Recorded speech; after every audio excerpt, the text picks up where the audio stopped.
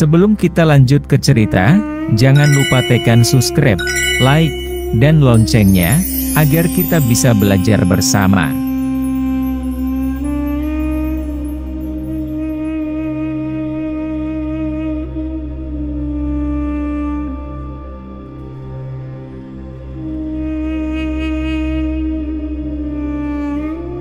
Pada abad ke-19 Masehi, hiduplah seorang ulama yang dikenal pada masanya. Kiai Soleh Darat, itulah namanya. Kiai Haji Soleh Darat lahir di Dukuh Kedung Jumbleng, Desa Ngroto, Kecamatan Mayong, Jepara pada tahun 1820 Masehi. Sebagai anak seorang kiai, masa muda Kiai Soleh Darat banyak dihabiskan dengan belajar ilmu agama. Kiai Soleh Darat banyak menimba ilmu agama dari berbagai pemuka agama waktu itu. Guru-gurunya mengajari Soleh muda kitab-kitab yang berisi berbagai macam ilmu agama seperti tafsir, ilmu falak, nahwu syaraf, tasawuf, dan lain sebagainya. Tak puas sampai di situ, setelah menikah Kiai Soleh Darat merantau ke Mekah. Di sana ia berguru pada para ulama besar seperti Syekh Muhammad Al-Mukri, Syekh Ahmad Nahrawi, Sulaiman Hasbullah Al-Makki, dan Sayyid Ahmad Ibnu Zaini Dahlan. Karena ilmunya yang tinggi itu, Kiai Soleh Darat mendapat pengakuan dari penguasa Mekah saat menuntut ilmu di sana. Ia pun kemudian dipilih menjadi salah seorang pengajar di sana. Disinilah ia kemudian bertemu dengan Mbah Hadi Girikusumo.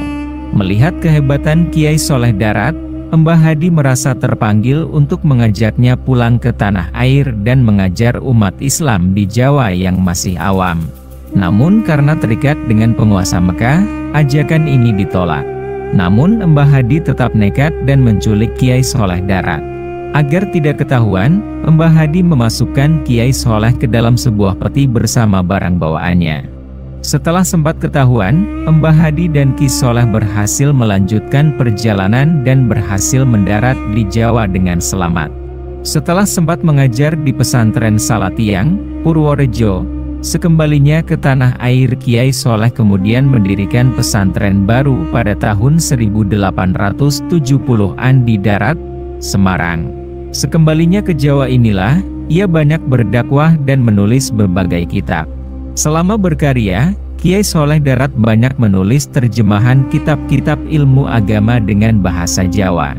Salah satu karyanya yang terkenal adalah kitab tafsir dan terjemahan Al-Quran yang diberi nama Kitab Faid Ar-Rahman, yang menjadi kitab tafsir Al-Quran pertama dengan bahasa Jawa. Kitab inilah yang membuat Raden Ayu Kartini tertarik terhadap Kiai Soleh Darat.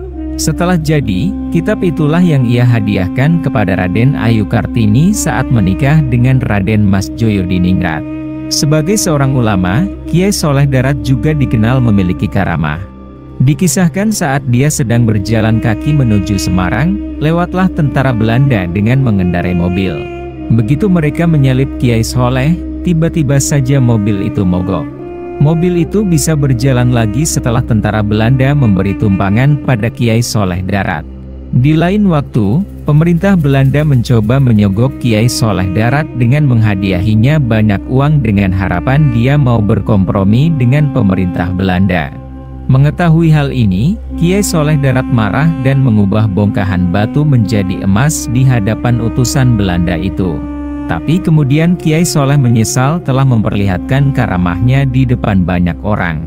Dia dikabarkan banyak menangis saat mengingat kembali kejadian itu hingga akhir hayatnya. Jangan lupa tekan subscribe, like, dan loncengnya, agar kita bisa belajar bersama.